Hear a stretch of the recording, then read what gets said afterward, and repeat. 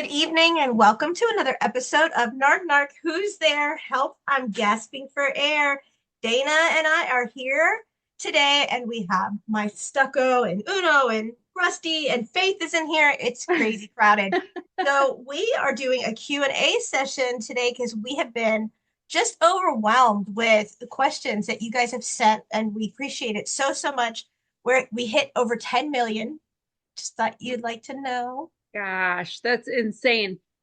I say it every time, but it's exciting that our message is getting out, but just kills me that so many people are experiencing this stuff. But I am very excited about today because you and I have shared our experiences over and over and 100 times over again. But we love knowing what questions the audience has and what you guys want to know. So we are going to definitely be answering some questions today. And you said a lot of them, huh? There are. We might have to do a second episode on this, but I want to put out first a trigger notice because, like all of our shows, there's going to be something in there that could trigger. Also, anybody who knows me and works with me, I knows that I'm very big on confidentiality. So I've taken everybody's questions. I have not put anybody's name down with the questions so that you will not be identified because I'm very big on keeping who you are and where you are confidential. So just listen for your question. And if I didn't get them this time, I will make sure we read them on the next episode. And if we have even more than that, we'll do another one. Yes, please I have keep written down sending them in. yeah, I've written down every question that was written to us up until Monday night. Oh So my gosh. yeah, so it's about 11, 12 pages.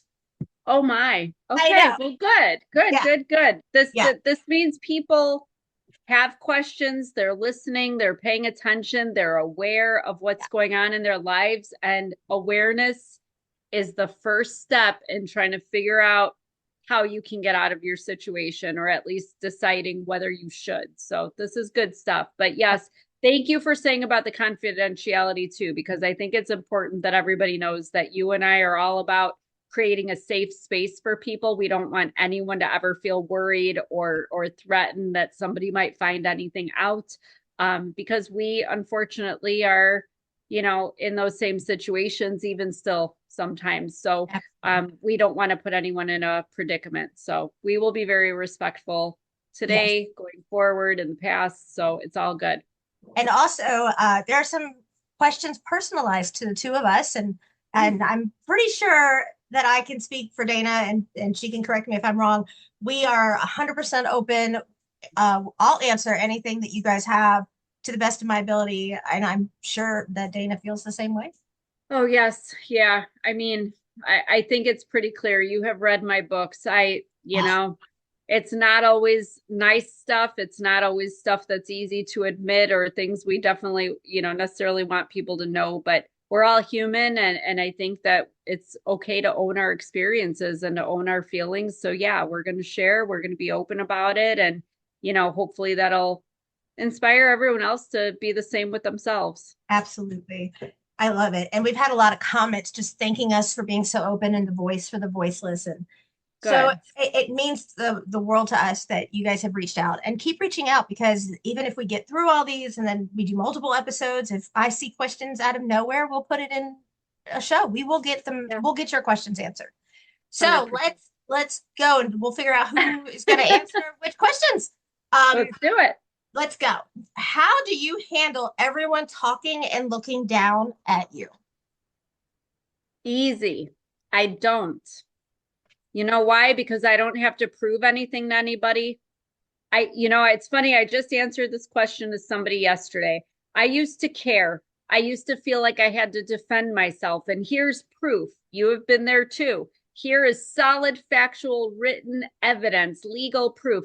People will believe what they want to believe about you. So give it up because let me tell you, if they are willing and open to believing crap about you and not willing to give you the respect of letting you explain yourself, not that you should have to, but if they don't even know you well enough to know it's a lie, forgive me, but to hell with them. You got to have enough self respect to just set that boundary and say, this person obviously wants to believe this about me, and that's okay. And honestly, I'm not a mean, vengeful person, but every once in a while, I just kind of roll with it. Like there was a rumor, which is disgusting actually, that I got pregnant by my husband before we got married so that I could trap him in a marriage. Well, we're going on 3.5 years of marriage. I am, barely over 100 pounds. I look fabulous for being pregnant, and I will say that to people because I don't care. If people want to believe it, let them believe it. If they want to think that I trapped him, well, lucky me. I live in a beautiful house. I have a very cute husband who treats me very well. So He does. if I trapped him, then oh well, good for me, I guess. But I don't care. That's how I deal with it. Can I go to the baby shower? Just I would curious. love to have a baby shower, I know, right? except I want all the gifts because there's no baby. Right? Oh. All right. When did you realize that this really wasn't your fault? Recently. Yeah, we're still working on it. I'm still working on it. Yeah. Yeah. And I want to be clear on this because I'm not being funny. Um, I was raised by two narcissists. I spent 25 years in a relationship and then marriage with one. I didn't even know what a narcissist was until just about the end of my marriage.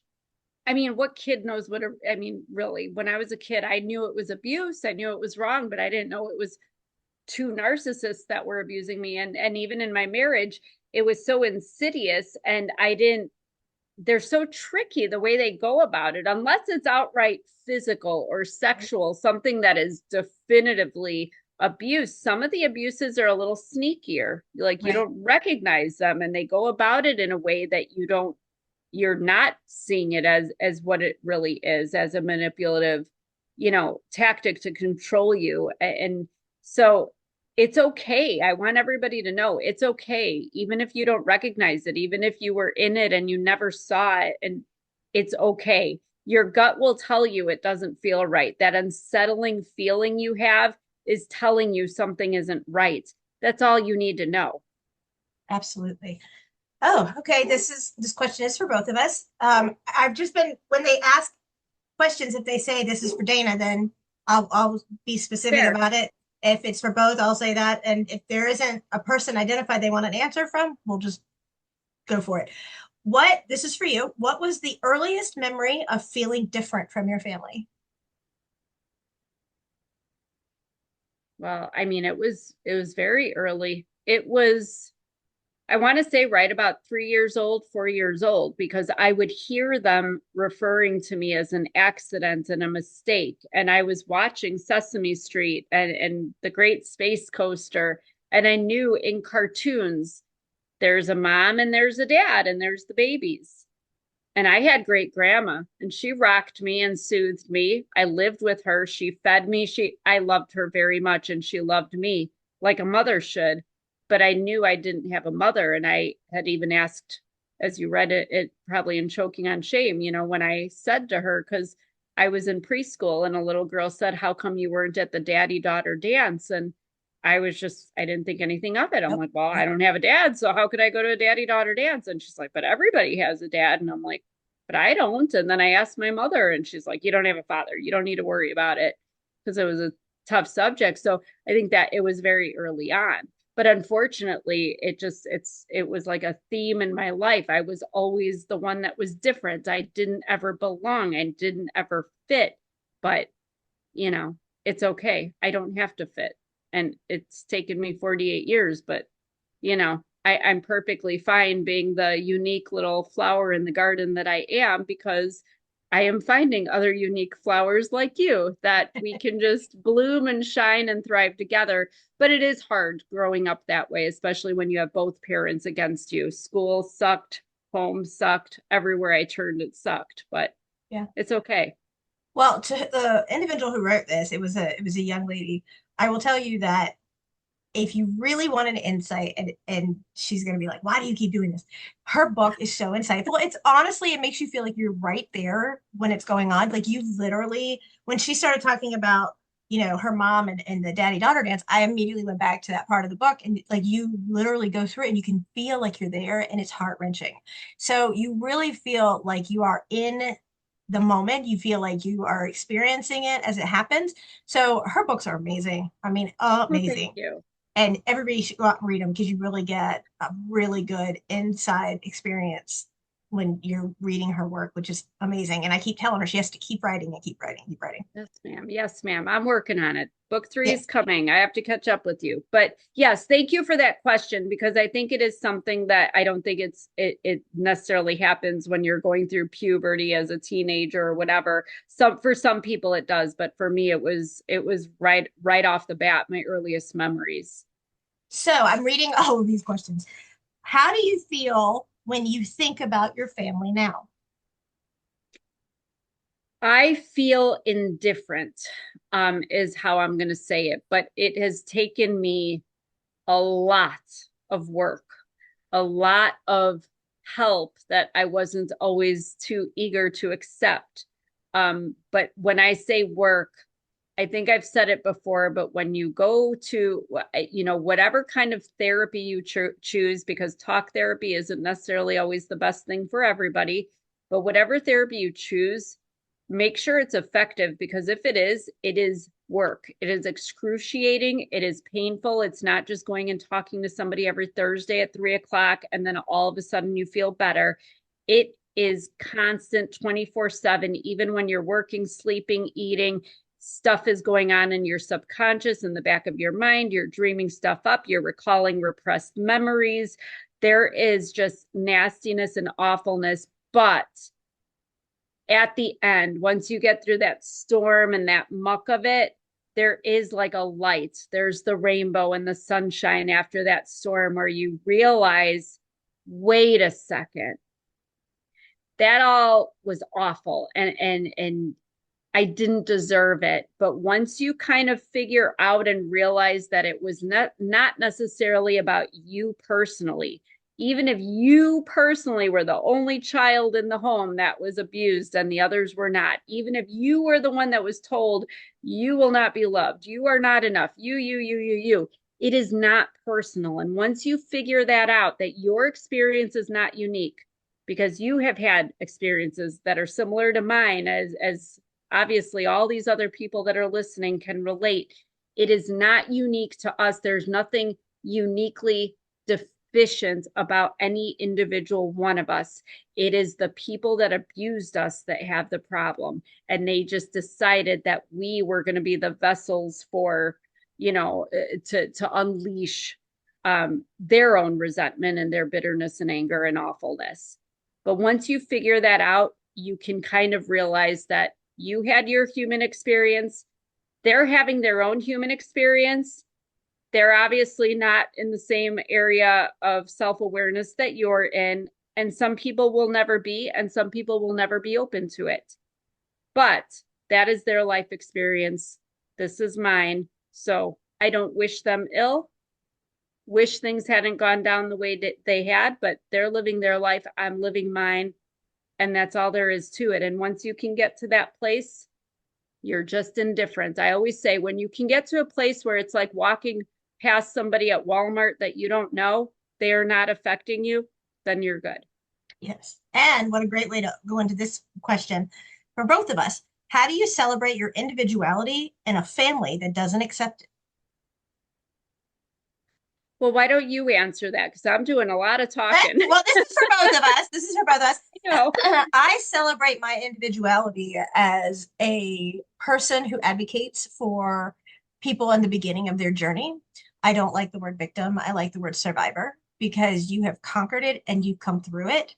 You are so much stronger than you have any idea.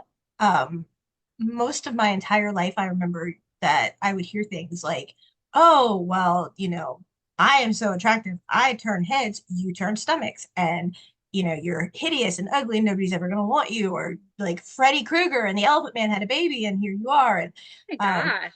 Yeah. And so, like, you're so unattractive and all of these scars. And hey, if you're bored, let me give you a Sharpie marker and you can play connect the dots and you'll be busy for hours. And just one thing after another after another. And then forever, I would just sit there and think, why? Why am I not? I didn't ask to come in this world. I didn't ask to be born. I definitely didn't ask to be born to them. You know, I swear my grandmother had another baby and just never wanted to tell me it was me. And that you go about and then you realize, you know what, I've given them enough time. I've given them enough of me and it's enough. Like I'm done. And for the longest time, I would apologize for their actions, even if it had nothing to do with me, but I was always at fault. I was always the one there Yeah. blamed, even if I wasn't even around when whatever happened transpired. And I would always fall on the sword and say, I'm sorry, I'm sorry, I'm sorry for something I wasn't even around for. Some of the time I wasn't even in the same state, but I would be blamed for something that happened a state away. And I wasn't even there. So now faith has taught me so much. And, you know, it's so ironic because people are like, oh, she's a child and, you know, we're supposed to teach her. And I've dedicated my life to her. But there's nobody who's ever met her that she can't teach a lesson to because she teaches everybody everything. And I mean, she does it without even realizing she's doing it. And what I've said to her from day one is I've given you everything that my biological parents never gave me. And that's how I knew I wanted to be. And I wanted to emulate the care and love that I had from my grandparents. And she never deserved anything that I endured. And so, you know, she's always said to me, you're nothing like them. And that is the best compliment in the world when it comes from her letting me know that. So I celebrate the fact that the footsteps that they gave, no matter how horrible and hard that they were, taught me to walk in the opposite direction.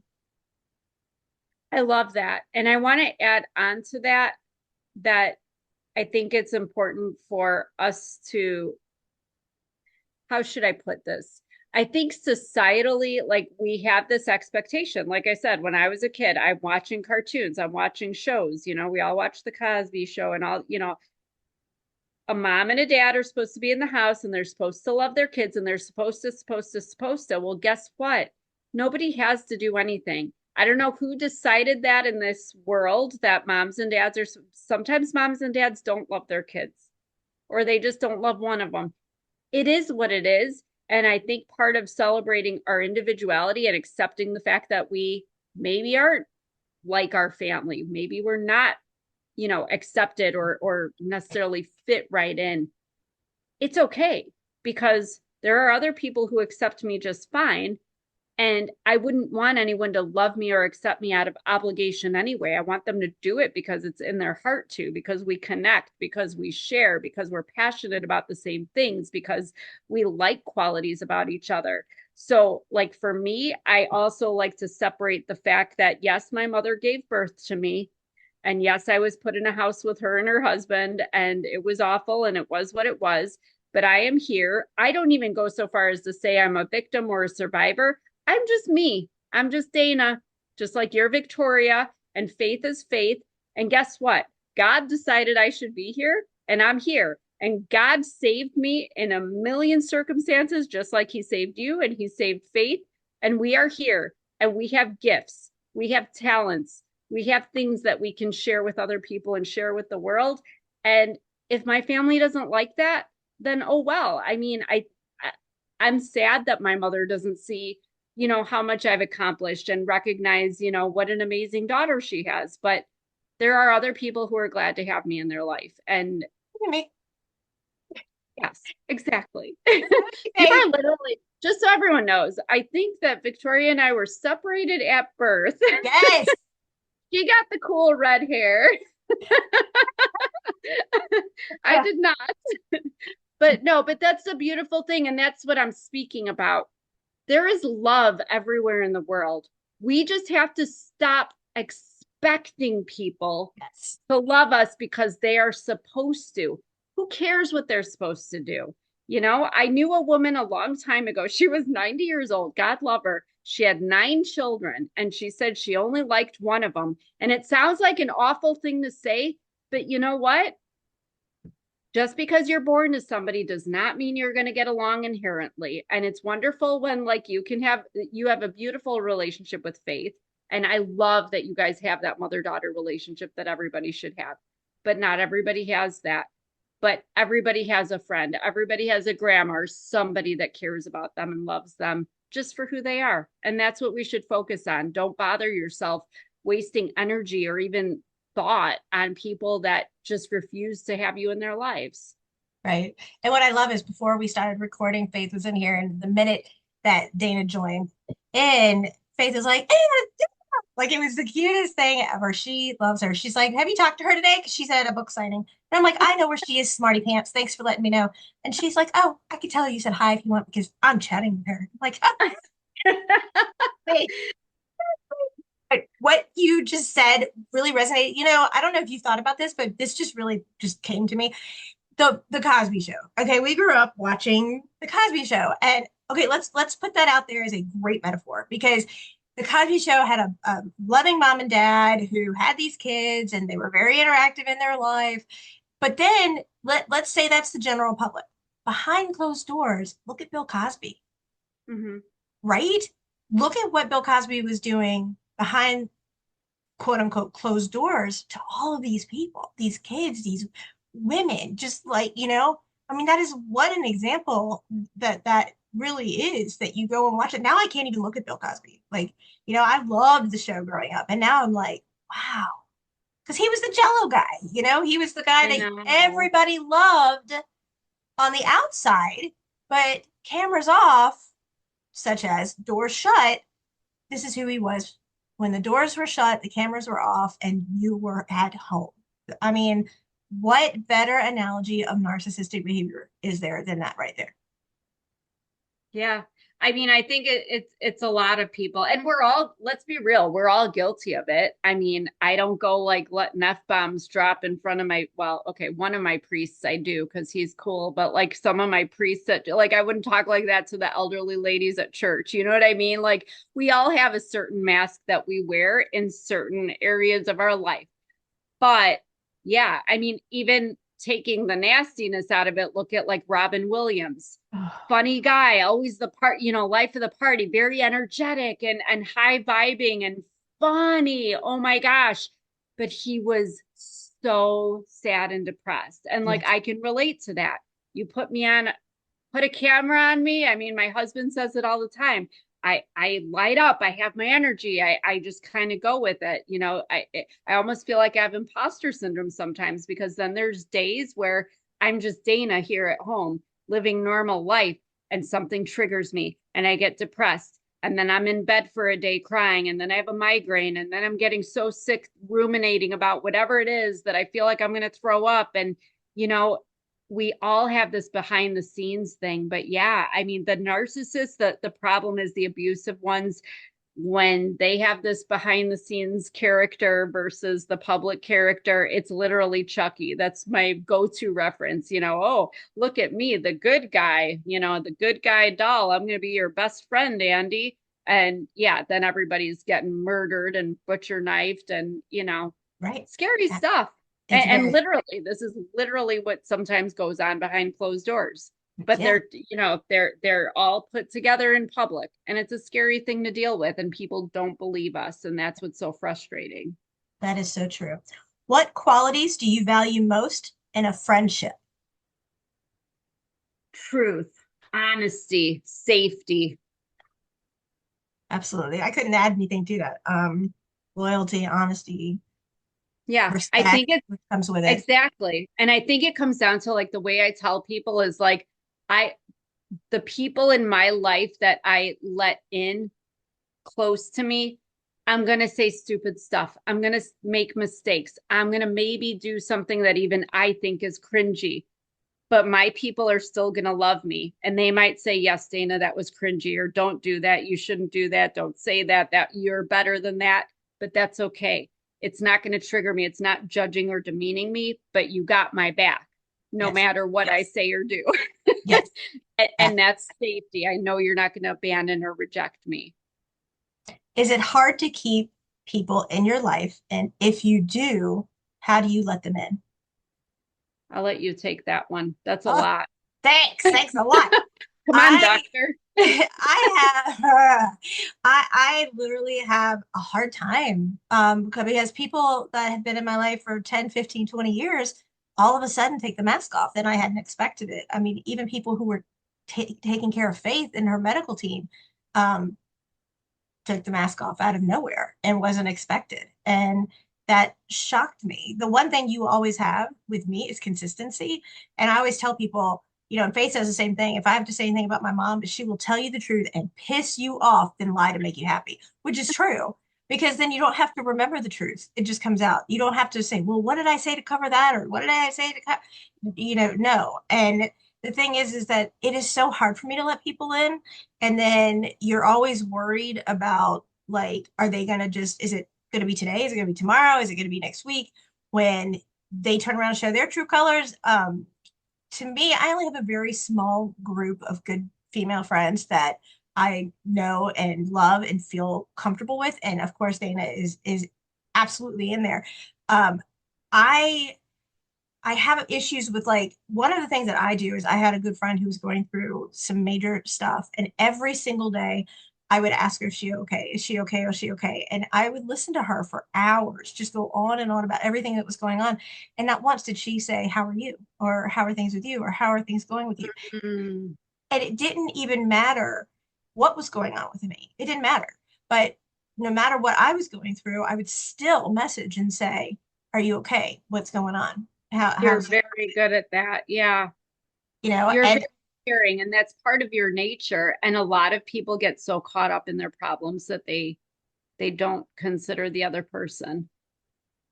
right. And that's hard. You got to be able to trust that person. And then you build the wall. I tell everybody, do I have a wall? Absolutely. But it's got a little tiny, like, dwarf door, and you come in, and then the wall gets built. And the wall doesn't keep people out, it keeps them in. And, that's such a big difference. I keep the people that I really care and love in. And the thing is, I will go to bat and do anything I can for anybody in my inner circle without question. And the thing is that you have to allow yourself that friendship and happiness and that comfortability. And the one thing that really sucks is that you have to go through this dramatic trauma that we've both been through before you really recognize a true, genuine soul, because they get it, they understand it, and they have your back without judgment. They listen, they understand. And that is something that you will never find unless you've unfortunately walked this path. That is 100% true.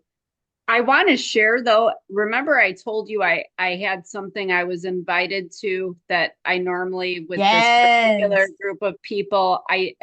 So I'll give everybody a little backstory because I feel like it's very relevant, and I want to share a little experience I had the other night.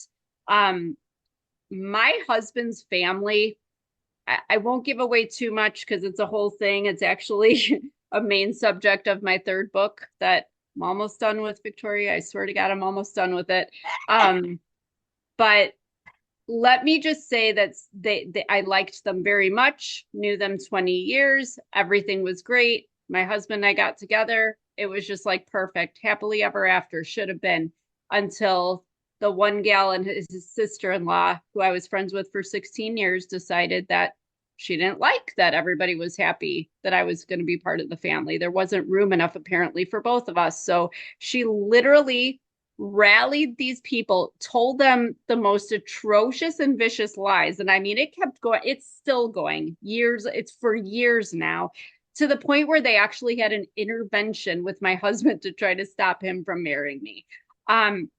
Anyway, obviously not very good vibes between me and the family. It's hard not to take offense to that one, especially after all the things I've been through. You want to talk about a wall? I've got a big wall up there. You have the They Great have Wall of Dana. pushed out a few times. So, um, I am usually not invited to their family events. I am actually there, they even speak about me. We live in a small town, unfortunately, and I'm not a real wife because I'm not his first wife, and I'm a replacement wife, and I'm not really part of the family. I hear all this crap. Anyway, there was something the other night in memory of my husband's father who passed away last year. I was actually invited to this thing, Did I want to go? Hell no. I was going to say the F word. F no. That's really how I felt. But when you're in a marriage, this was something that was very personal for my husband.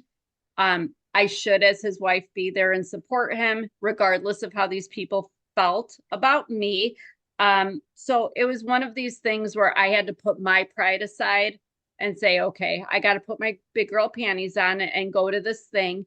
But I had to set parameters. And this is what I wanted to share with people, because this isn't a story about look at me and what I did, but it's about showing people. I set a boundary first with my husband saying, you are my person. Like, you are going to be my only ally in this room of 40 people that have literally gone to great lengths to remove me.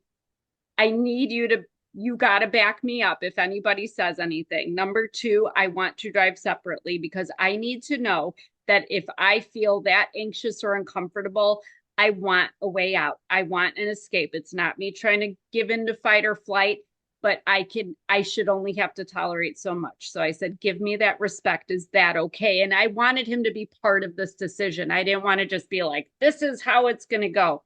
He agreed and he understood and even told me, are you sure you want to go? And I said, this is something that's important to you. I need to show up for you. And this is for your dad. God rest his soul. So I went. But the thing is, when I've gone to his family in the past, very few times, I sit in the corner. I let them be over there and I'm over here. And that there is a great big divide. But you know what? I said, screw that this time. I was feeling a little bold, but you know what? I am not going to shrink myself down for other people. I am going to take up as much space as God allows me to. But you know what? An interesting thing happened. I walked in there being just who I would be with you, with Faith, with anyone else that I felt safe with, even though there was this part of me that was very nervous. And I said hi to people, even people that were pointedly not looking at me and acting like I wasn't there. Hey, what's new in your life? To me, it was almost like an experiment because I had nothing to lose, right? Yeah. Interesting thing happened. People were talking to me. People were then coming up to me and, oh, look at my granddaughter started preschool today. Look at her picture. And they were joking with me. And they were, even when people were saying goodbye, bye, bye, so and so, bye. So it's bye, Dana. It's like, oh, we're acknowledging me now. But it's funny because I wasn't acting weird. I wasn't acting awkward. I wasn't isolating myself and walking around with this barrier around me, like, don't look at me and don't talk to me because you're not going to anyway. I didn't go in there assuming that there was this divide and assuming everybody didn't like me and assuming all this stuff that I already knew for a fact. But it's funny that we actually had a good time. And I was so proud of myself because I said the one time that I just was like, screw it, I'm going to be me. I'm not going to let them make me fit into this little box of I don't belong here and I'm not part of the family. I'm going to go in there like I own the damn place. That's And my we girl. had a good night. We had a really great night. And there were still two people, namely that sister-in-law, that, oh, I mean, just would not look at me. And at one point, I was even having a conversation with somebody, and she just came and sat down on the other side of the person and started talking to them just to stop them from talking to me. And I acted like it didn't bother me at all. And to hell with her. So that's kind of my take on that question. I'm a big isolator. I like to stick with people who are my people. And I wouldn't normally, I mean, it's not like I'm all excited, like, oh, look at me, I'm part of my husband's family. But I don't want to I want to be able to share space with them when I have to, because there's going to be funerals and there's going to be, things that Sure. I will want to accompany my husband to as his wife. But I don't think that any one of us should ever feel or make anyone else let us feel that we don't belong somewhere, because we do. We can belong wherever we decide we want to. Absolutely. Absolutely. Okay. Let's Right. see. How do you differentiate between self-preservation and selflessness in your relationships? Well, there's a big difference. Wouldn't you? Self-preservation is when you do those protective mechanisms. Selfishness, you know what selfishness is. It's when you are, I mean, honestly, it's when you're acting like a toddler, when it's just about me and that's just how it's going to be, and you're not considering the other person. And I don't think any of us is really that selfish. I think it's hard to be a selfish person when you come out of abusive situations because usually you come out more empathetic, if anything else. But what's your take on that? Because that was a great question, by the way. Whoever asked that, that's a Yes. phenomenal question. But I would just say, I mean, you know if you're being selfish and versus a self-preservation. It's Yeah. just a matter of awareness. I would say that. I would say there's almost like a gray area, because some people would misconstrue self-preservation or selfishness. It just depends on Yeah. the person. I would have to answer, it would depend on the person reading the situation. Where you and I might say we're doing this for self-preservation, somebody else might say they're doing that because they're selfish. But at the end of the day, it's really about how you need to do to thrive, not survive, but to thrive, what you need to do to protect yourself because nobody else is going to. We protect ourselves Yeah. first. And It's the I intention. Yeah, yeah, it's the intention, I would say then. Is that what you're yeah, getting at? That makes sense. yeah, absolutely. Now, how do you know if you yourself could possibly one day turn into a narcissist? This is a question for I you. won't. I won't. You're either a narcissist or you're not. I don't think you turn into one. You turn into one. It develops in childhood. I know there's theories out there, but I absolutely subscribe to the nature versus nurture theory that when as a matter of fact, we could have ended up as narcissists. Usually it's an abused or neglected child. Now, I want to be very clear though, because my ex-husband is a perfect example of this. He perceived that he was neglected. Was he in fact? It's arguable, but his was more, he felt emotionally neglected. He felt less than his sister, who was the golden child. So, in his mind, but I mean, as far as physically and whatever, he was not neglected.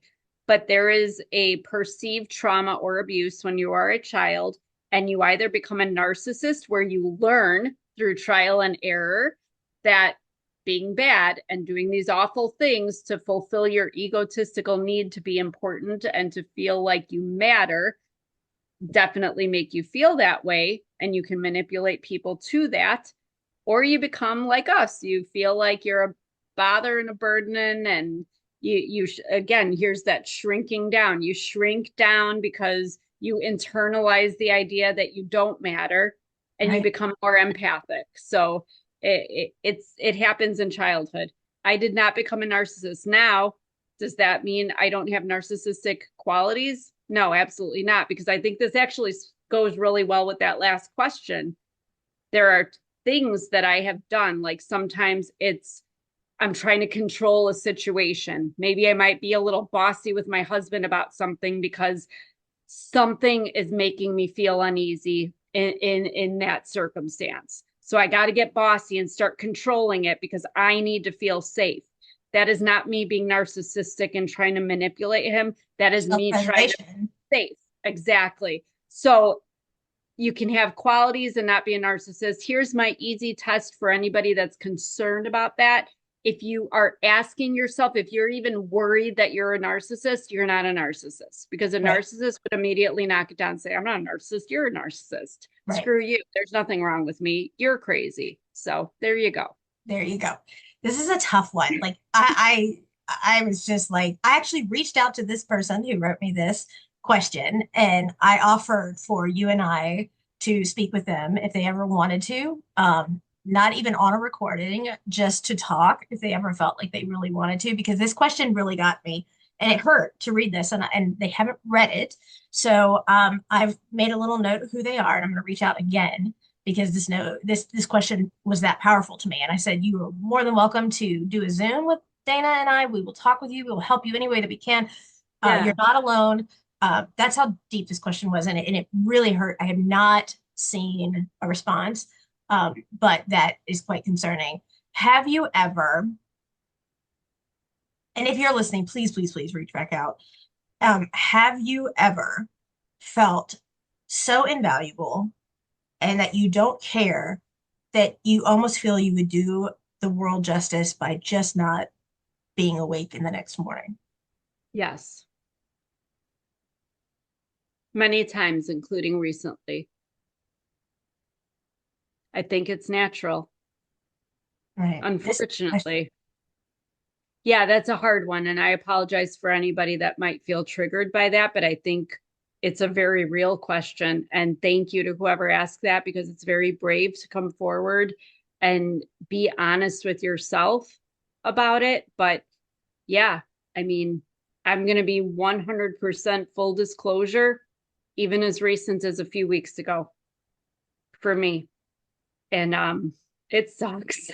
It sucks to feel that way, but we all stumble sometimes. We all, no matter how far you come in your healing, there's gonna be something that just maybe you didn't get enough sleep last night and just something hit you wrong, triggered you more than it maybe normally would because I and forgive me, I'm going to be real full disclosure. I'm going through the damn change. My hormones are all over but as women, we have to recognize that too, that that's part of this, our hormones and our emotions.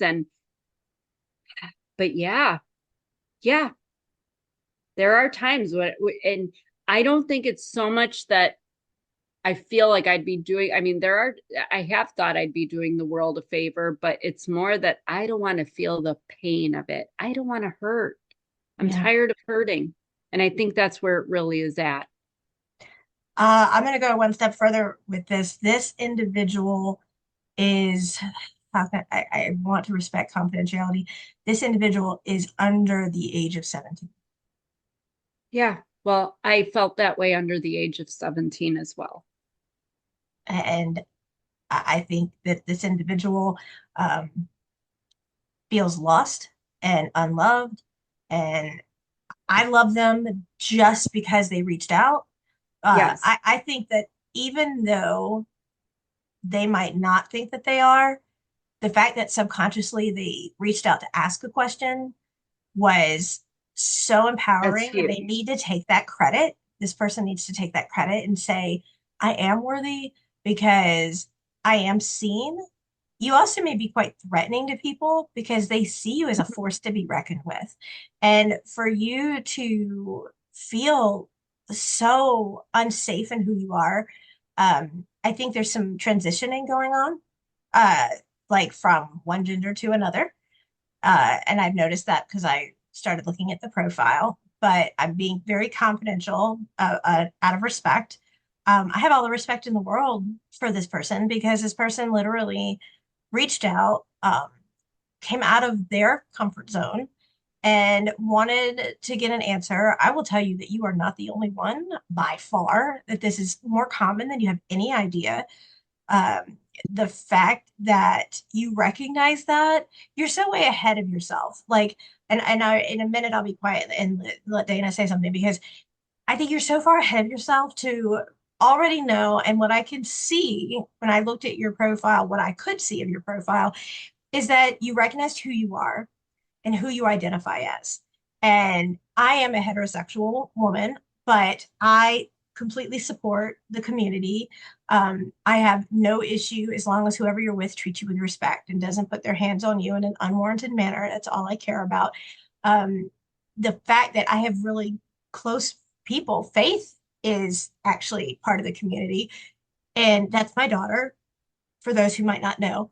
But for you to recognize who you were, and I see that you're going through a transition, and for you to follow that is amazing. It is so hard for anyone, whether you're 17, 27, 37, 67, and I'm guessing about your age, that you felt like you could take those steps to welcome who you are in your authentic self. And to see that, and I'm guessing that maybe your family's not supporting the transition. Maybe you're getting some hostility at school. Maybe you're, having some hostility, just an extended family. But you know what? And with respect, I say this, to hell with them, because the thing is that if they love you unconditionally, they support you. When Faith came to me, I went and got like this whole book series called Lumberjane, and it's a lesbian series about young teenagers who were in camp and they weren't welcomed because of their sexuality. And I ended up getting her to talk to somebody who was a married lesbian, and I welcomed her with open arms. I didn't care. I was like, okay, great. Okay, so why do you think I'm shocked? I'm not. Um, my biological brother is homosexual, and I wish nothing but the best, as anyone who knows me knows that. The thing is that I'm sure you feel lost. And you know what? I'm willing to bet that your family are really the ones that feel lost because they are so stereotypical in this world today because everybody in this world today cares more about what other people think than what they think themselves. They don't care about like my immediate family. They care about the perception of what others think from the outside. And you know what? In a few years, they're not going to know those people anymore anyway. And if you'd rather sit at a restaurant, go to a restaurant and look around, everybody's on their phone. Nobody's conversating with one another. They're sitting there just, why not just go by yourself? I mean, you're sitting there at the table with somebody, you have no conversation. You don't hear their voice unless they're ordering food and they're head deep down in a phone. You know what? That's who you should feel sorry for because that is not how life is supposed to be lived. It's not supposed to be head down into a phone. It's funny because my chiropractor says if you hold your head down to a phone long enough, you're going to get out of alignment. And I think that's a great metaphor about you're going to get out of your way of life because you're holding your head up high. You are acknowledging that you may have been born not the way you feel your best. Like, I was born with two legs and two arms, and I've recently lost an arm and a hand. And now I'm having to tell myself psychologically that I'm meant to be this way because I'm here to help other people. And it stinks and it hurts, and everything in my life has to be done different. I've learned how to tie shoes one-handed. And the thing is that you can learn to do things your own way. And when you take a different journey that's not common, it's so much more beautiful because you get to see things no one else does.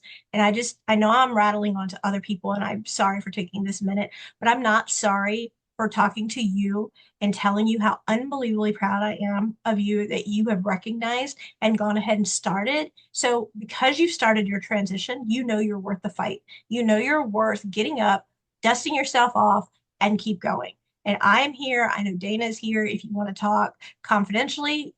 None of anything you say will ever go anywhere. It'll just be three amazing kick-ass people having a conversation, and to hell with everybody else. And that's my 2 cents.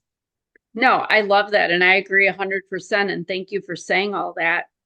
You know, I also have two people close to me and out of their privacy, I will keep their, relationships to me private, but one's transgender and one is homosexual. But to me, my thing is that even taking that out of the equation, we're all people. And if people see you and want to put you in a box and put a label on you, that's the problem. And I could go into a whole lecture about that.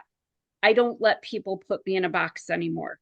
As I wrote about in my book, I never struggled with my sexual identity, but it was my mother straightening my hair and telling me to stop rolling my R's and don't tell anyone that we're Puerto Rican and we got to fit in with the white people and we got to wear Gap clothes now, not this frilly stuff your grandma's buying you to wear that's all colorful and floral and all these crazy prints because then they'll know that we're Hispanic. It is so shaming. We're shamed enough in circumstances where we're made to feel less than, but when somebody is shaming you for who you identify as, who you authentically are, God damn, does it, forgive me, but that gnaws at my soul because I was that kid.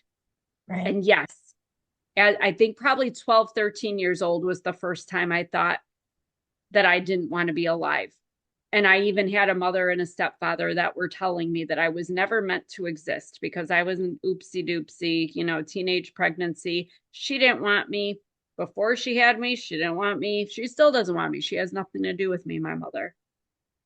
So take that. I mean, that it's hard, but here's the thing. You were born, You are meant to be here. You are here. And I don't care what you look like. I don't care who you are attracted to. I don't care if you have 10 legs, 2 legs, no legs, purple hair, green hair, blue skin. You are a human being. And we talk about puzzle pieces before. Maybe you don't fit in that puzzle. Maybe you don't fit in your family puzzle. They don't understand you. They don't let you in. They don't accept you. Who cares? Neither did mine. Kept trying to force myself into these little spots where, well, maybe I'll fit in here. Maybe I'll fit in there. You know what? Maybe I don't have to fit in anywhere. Maybe I can just be me and love people with an open heart and be open to people loving me for who I am. I mean, it's nice when people say, oh, you're so pretty and this and that. I don't care. I don't care because I don't care if I'm pretty. I don't care if you're pretty. I don't care if you're ugly or I'm ugly. I care about what's in your heart and what kind of a human being you are.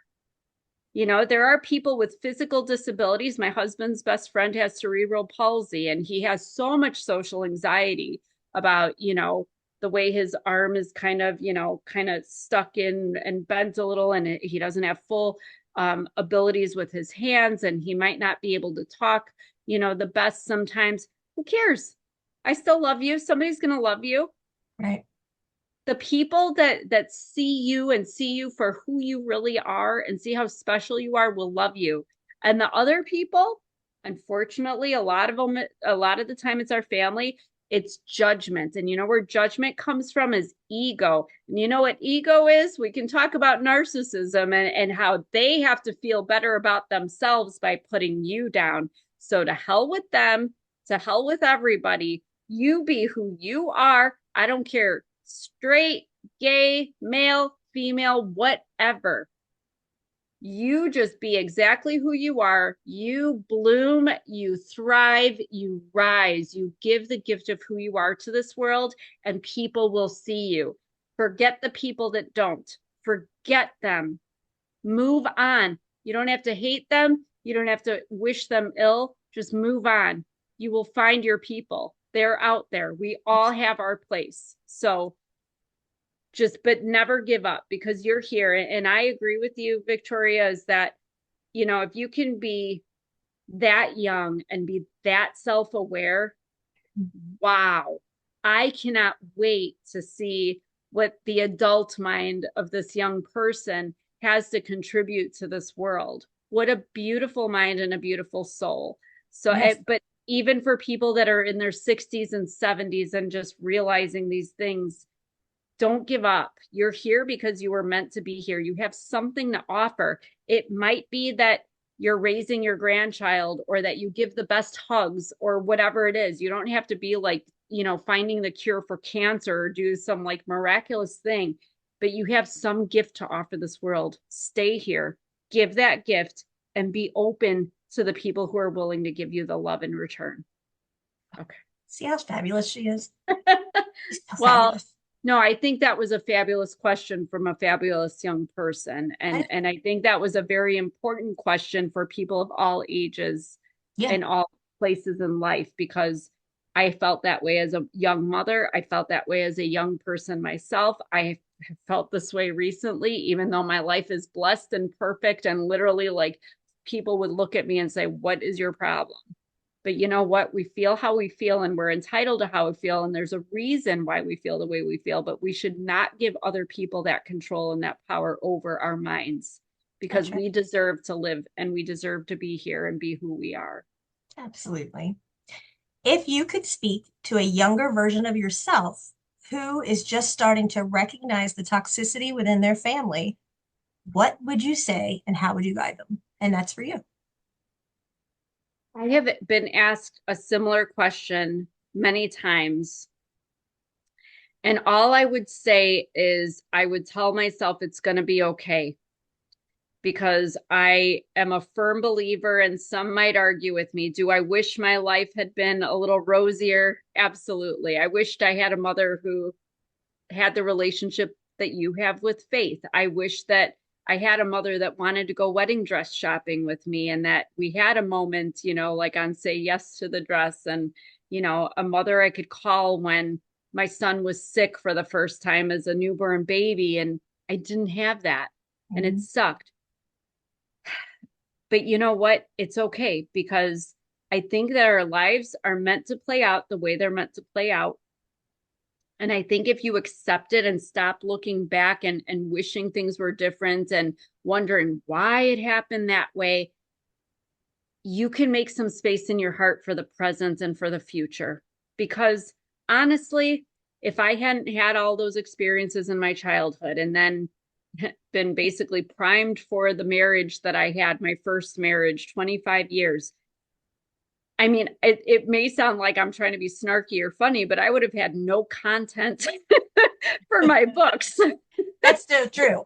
That's so But true. I saw my true purpose in life, and I survived all of that. You know, it's something you have said a million times, Victoria, that you've survived the worst of your days. You're still here. You're 100%. 100% of your bad days you have survived. And I love that. And I think about that a lot because I have. And that helps give my life meaning now, that if I wouldn't have gone through all that, I would not fully understand it. And here I had been given can you tell I've been given the gift of gab, and I have a degree in journalism, and I can communicate. I had to experience it all so that I could accurately verbalize for other people to understand and relate and help them feel less alone and help them hopefully feel and avoid the pain that I have had to go through. So would I change anything? No, I don't want to change any of that, because then I wouldn't be where I am now, which is in a really good place despite the way I just answered the last question.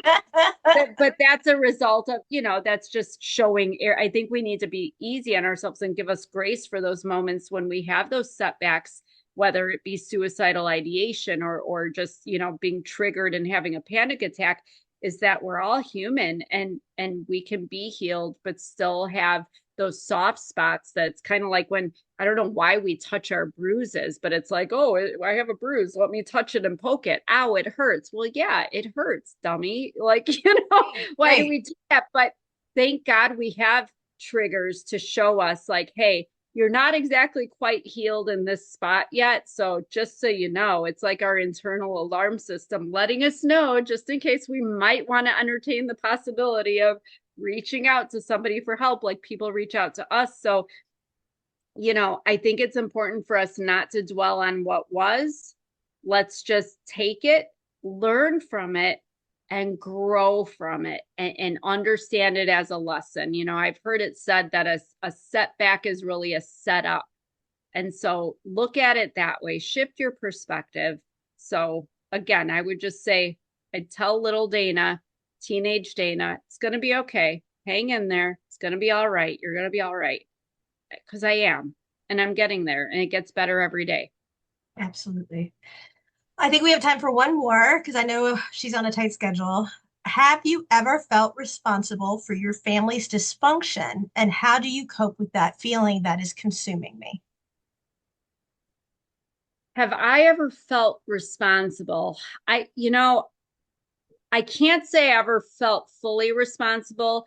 I was definitely scapegoated and made to feel like I was responsible, but there was always something in me that innately knew that I didn't possibly have all that power in me to cause everybody to go, I definitely feel like I stir people's demons up. There's something about my vibe that when I enter a room, I don't know what happens, but um I think it's just my core value is honesty and truth. And I think that scares people because people are usually not wanting to acknowledge the truth. My mother Yeah. wanted to pretend abuse wasn't happening. My stepfather wanted to pretend he was a generous, wonderful, charitable man.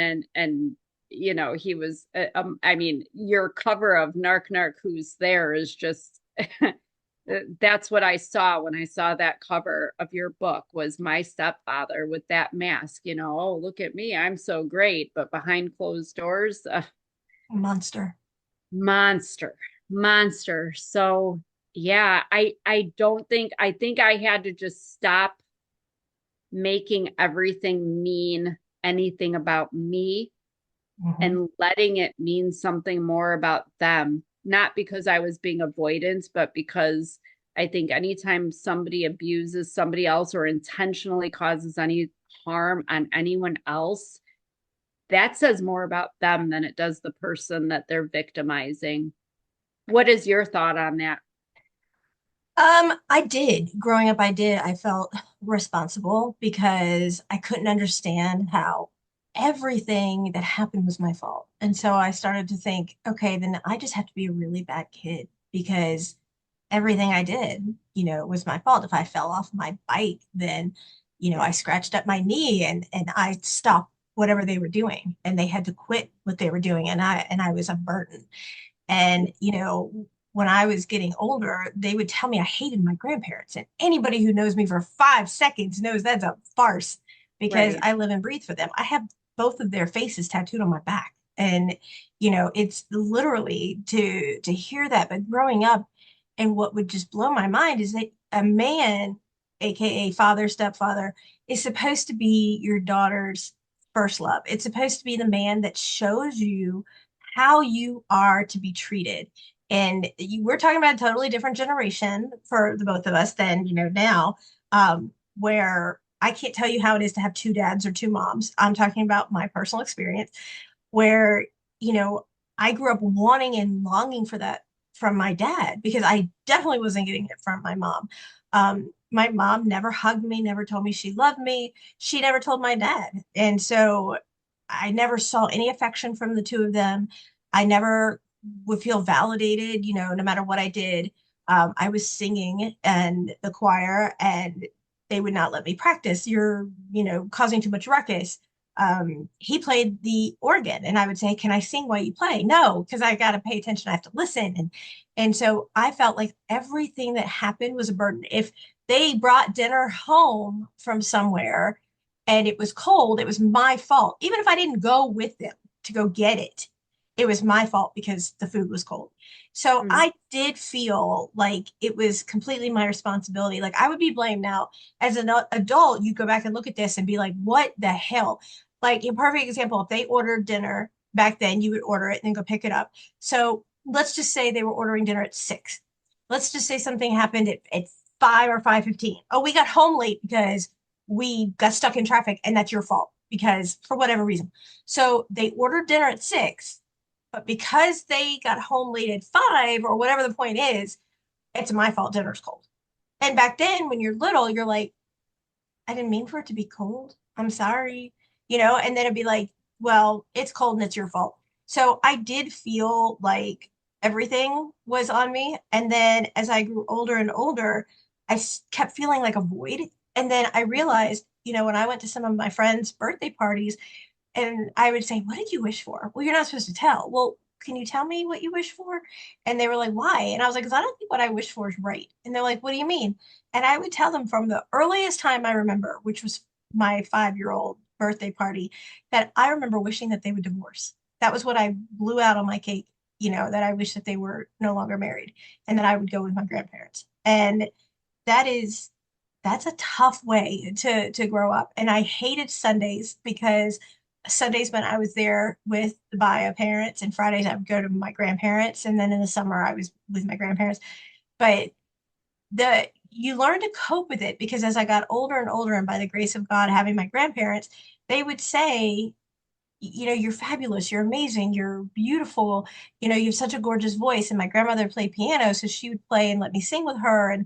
And so those are ways that I learned because they would be night and day from the that was the house and my grandparents was home.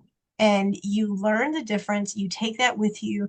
I totally understand this question because you feel so responsible. I can't turn off my brain at night. I wish that I could. I feel like it goes into overkill mode at night because when I'm working, I'm focused and I have something to focus on that I'm working on and the tasks at hand. And when you're laying down, they say the average person, I don't know, is like anywhere from 16 to 25 minutes to fall asleep or whatever. I'm hours and hours and hours Me too. Me because too. I can't shut my brain off. Mm-hmm. And it's like it goes on and on and on, and you keep thinking and thinking, and you just can't stop. And that's how it was even when I was little. It was like, what can I do to make things better Yeah. for them so that they will just love me? And growing up, it didn't matter. Like, I sang all state chorus. It didn't matter. It wasn't good enough. I've done all sorts of different things and it didn't matter. It wasn't good enough. Nothing I did was ever good enough. And then I realized, and here's the epiphany, and we still got so many questions we didn't get to. And I really think this is a great stopping point, is one day I looked at them after being told all my life I wasn't good enough and that I couldn't bring enough to the table, that I realized they weren't good enough, Mhm. that it was them, not me. Yeah. And thank you for saying that. And I just want to tag along because you just hit the nail on the head. Because for me, like I said, I was the scapegoat. I was blamed. I went through all that same stuff. But what I think you hit on is that we realize that we are responsible for how everybody behaves. And I absolutely felt that. And what that's called is a relationship dynamic. Mhm. They are making you feel like it is you are responsible for whether things are pleasant or if they're not pleasant.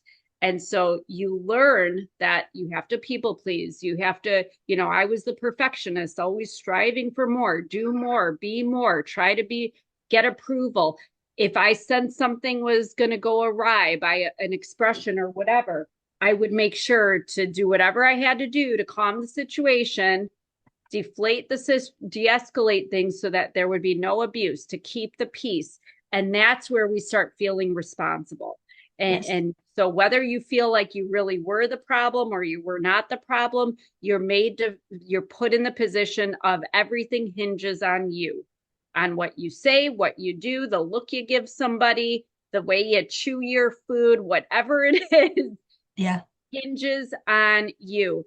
And it's a wonderful power to be given, but it's a real burden of a power to be given when you are a child, and should Yes. not be burdened when your parents decide they don't want to be parents, they want to be your abusers instead. So I'm sorry for whoever asked that question, because we know what that's like too We do. well, but it's very common. And you just have to remember it's not you, it really is them. Yes, absolutely. Well, we are definitely going to have a second, maybe third episode for questions and answers, I which love it. I love it because it really gets them to get the Yeah. questions answered they want. And that's what we're here And what for. great questions, by the way. Thank you to everybody for these Yeah. amazing, these are really getting to the core of things. So Yes. I love it. So they are listening, and you know what? They're listening, but you know what's even more important that you guys hear? We're listening and we're Yes. answering and we're here. And again, I'm going to reach back out to this individual and see. I'm actually going to edit that little skip of part where we talk about that individual, and I'm going to try and send that as a file to that person and see, because if I can't Okay. get them to answer, I want them to know. But anybody that's out there, I want you to feel comfortable. Message Victoria on social media, message me on, we're on Facebook, Instagram, TikTok, whatever. You have a website, contagiousmile.com. You can access me on danasdiaz.com. We are both here, both available to anybody that wants to reach out. We will try to help you the best we can. So don't hesitate ever. Absolutely. And we will call it for this episode. And we thank you all for listening. And we apologize if we didn't get to your question, but we will. We will get to your question, I promise you. So keep your chins up and realize, again, you have survived 100% of your worst days. You are a force to be reckoned with. And don't give up on you, because we're not giving up on you. Mwah. Bye, guys.